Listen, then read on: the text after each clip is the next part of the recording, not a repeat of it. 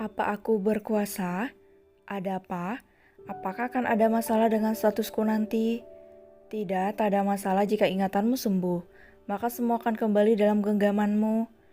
Aku sangat berkuasa, sehebat itu ke aku. Tanya Ryan akan dirinya sendiri.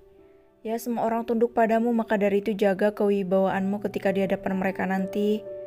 Biasanya di balik tunduknya semua orang pasti ada pembangkang dan musuh. Apa ada? Ya ada, maka dari itu aku memintamu merahasiakan menghina Aida saat ini. Bahkan aku pun belum bertemu dengan iparku itu.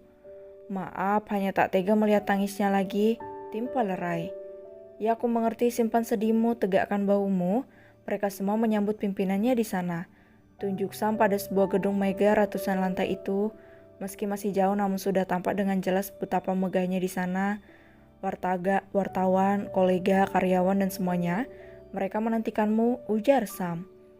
Sekali lagi hanya tarikan napas panjang yang Ryan ambil, mempersiapkan hati dan mentalnya, apalagi menjaga diri agar traumanya tak mendadak kambuh lagi di antara mereka. Tak apa sedikit sakit, sedikit ingatanmu kembali, pikirnya. Mereka telah tiba disambut dengan papan bunga ucapan di sepanjang jalan masuk, bertuliskan welcome Tuan Ryan. Ryan hanya menatapnya, tak tahu mana yang tulus dan mana yang hanya sekedar formalitas. Mobil berhenti tepat di depan pintu, mereka semua berbaris dan bahkan membungkuk ketika Ryan keluar dari mobil. Beberapa kamera mulai mengambil gambarnya dari segala arah dan Mona datang bersama Dev yang berjalan santai dengan mengantongi tangannya di saku celana. Tuan, selamat datang, mereka semua sudah menunggu di ruang pertemuan, sambut Mona. Dia, tunjuk Ray pada pria di sebelahnya. Dia Tuan Dev, sepupu Anda, angguk Mona padanya. Dek pun melepas tangannya lalu datang memeluk Ryan dengan erat. Kau selalu ada di dekatku, kenapa aku tak paham sama sekali?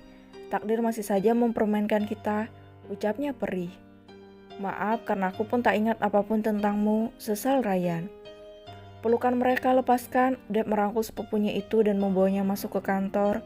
Mereka menuju ruang pertemuan, yang di sana sudah duduk semua dewan dan direksi. Rasanya kenapa begini, memang familiar, tapi kenapa menyakitkan?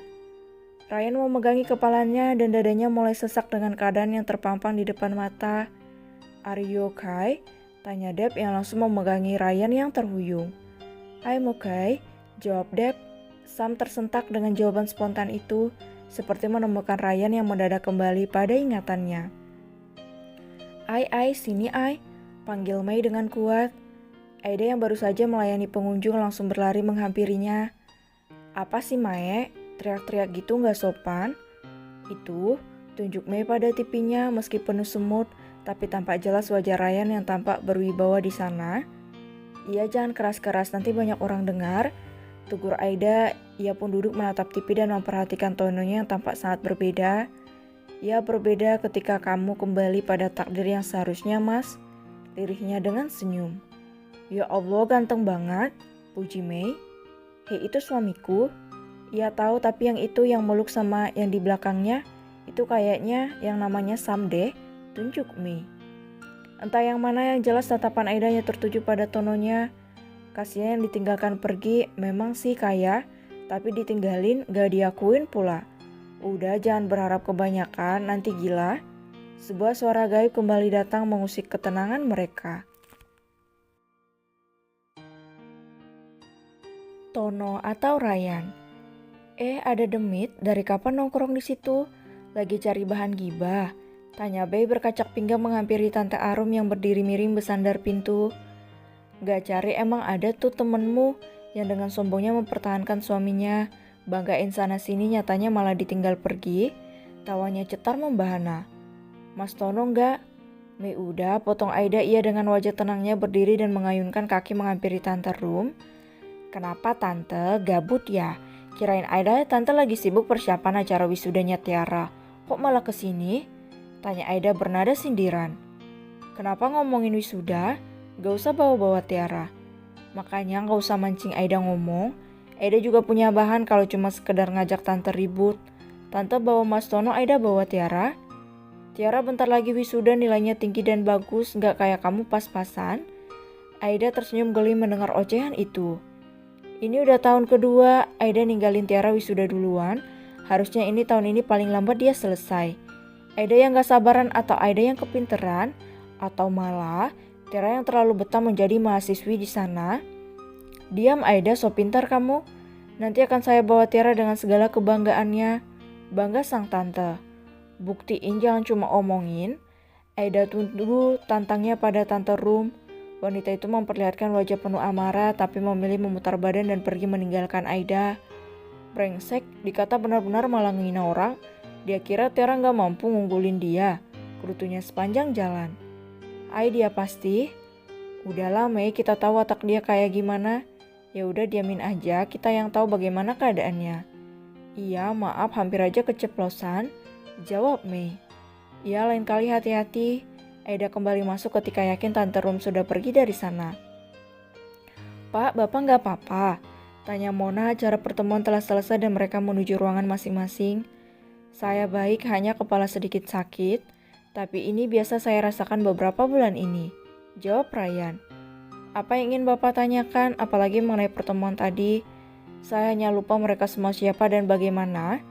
Baiklah, saya akan mulai menjelaskan.